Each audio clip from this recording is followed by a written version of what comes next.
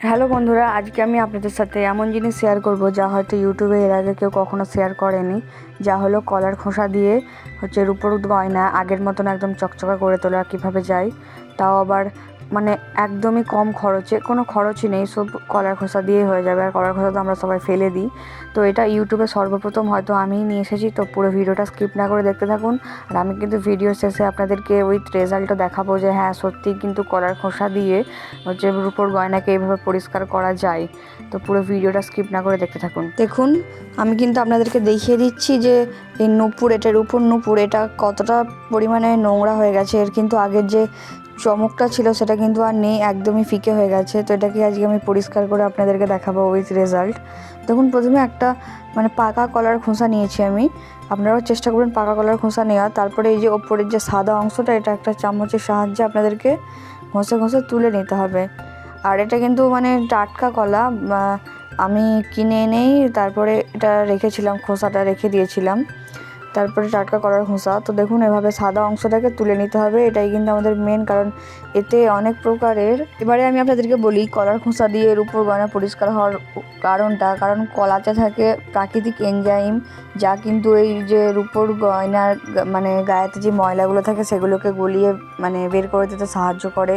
তাছাড়া এর মধ্যে থেকে পটাশিয়াম, যা একটা পালিশের উপাদান হিসাবে কাজ করে। কলার মধ্যে এই দুটো উপাদানের কারণেই কিন্তু যে কলার খোসা দিয়ে রূপোর গয়না এত সুন্দরভাবে পরিষ্কার হয়ে যায়। দেখুন, এবারে কলার খোসাটাকে একটু স্ম্যাশ করে নিতে হবে, আমাদেরকে একটু লিকুইড করে নিতে হবে। যেহেতু আমার অল্প আছে, অল্প আমি করব, যার জন্য আমি হাতে করেই এবং একটু চামচের সাহায্যে স্ম্যাশ করে নিচ্ছি।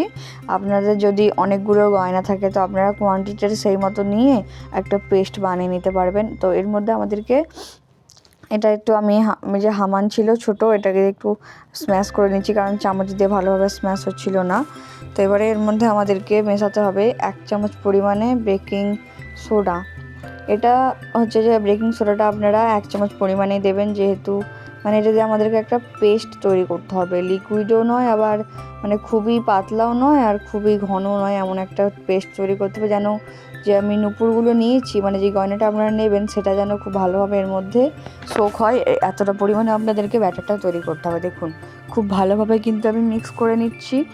কলার যে আমি পিলটা বের করেছিলাম ওর সাথে এবং বেকিং সোডার সাথে খুব ভালোভাবে মিশে একটু জল দিয়ে আমি লিকুইড করে নিলাম। তো এরপরে আমাদেরকে নূপুরগুলো এর মধ্যে দিয়ে দিতে হবে। দেখুন, এর মধ্যে দেওয়ার আগেও কিন্তু নূপুরগুলো কতটা পরিমাণে ময়লা এবং এর কোনো গ্লেজ ছিল না। তো এটা দিয়ে আমাদেরকে 1 ঘন্টা মতন সোক করে রাখতে হবে। 1 ঘন্টা থাকলে খুবই ভালো হয়।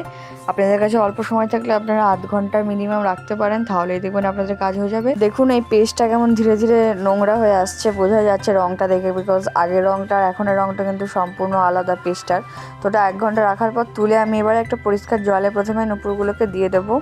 দেখুন, এখানে কিন্তু ভিডিওটা আমি কোনো কাট করিনি, একবারেই নূপুরে দিয়ে দিলাম। নূপুরগুলো জলেতে দিয়ে খুব ভালোভাবে ধুয়ে নিতে হবে। দেখুন, এখনই কিন্তু নূপুরটা 80% পর্যন্ত ক্লিন হয়ে গেছে, পুরো খুব ভালোভাবেই ক্লিন হয়ে গেছে বলতে পারেন। যেহেতু আমিও এক্সপেক্ট করিনি যে কলার খোসা দিয়ে এত সুন্দরভাবে যে নূপুরগুলো ক্লিন হয়ে যাবে।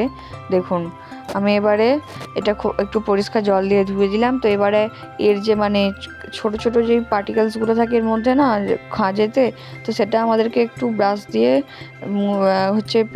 ঘষে এটা থেকে বের করে নিতে হবে। যদি আপনারা নাচার না করবেন তাহলে কিন্তু দেখবেন এটা এমনিতেও এর মধ্যে খুব সুন্দর একটা গ্লেজ এসে গেছে অলরেডি, আমি আপনাদেরকে দেখিয়ে দিচ্ছি। তো এবারে আমাদেরকে একটু টুথপেস্ট দিয়ে এর মধ্যে ব্রাশ দিয়ে এটাকে একটু রাব করতে হবে আমাদেরকে। দেখুন, এবারে নর্মাল যে টুথপেস্ট আপনাদের বাড়িতে থাকে সেই টুথপেস্ট দিয়েই আপনারা এটাকে খুব ভালোভাবে একটা পুরোনো ব্রাশের সাহায্যে প্রথমে আমাদেরকে ক্লিন করে নিতে হবে। যা এক্সেস যেই ময়লাগুলো থাকবে সেগুলো যেন খুব ভালোভাবে বেরিয়ে যায়।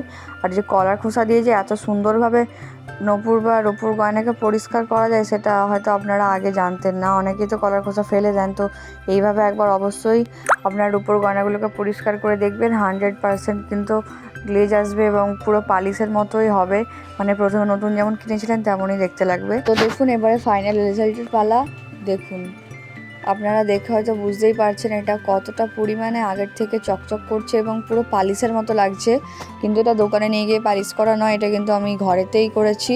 তো আবার কলার খোসা দিয়ে আপনারা শুধু দেখুন কতটা পরিমাণে এটা চকচক করছে। আর এইভাবে যদি আপনারা বাড়িতে ট্রাই করেন, দেখবেন আপনাদের অল্প খরচে এবং অল্প সময়ের মধ্যেই এই জিনিসটা কিন্তু খুব সুন্দরভাবে পালিশ হয়ে যাবে। আমি আপনাদেরকে পেছন দিকটা একটু ঘুরিয়েও দেখিয়ে দিলাম, দেখুন। তো এরকম অনেক নিত্য নতুন টিপস পেতে আমার চ্যানেলটাকে অবশ্যই সাবস্ক্রাইব করে রাখবেন।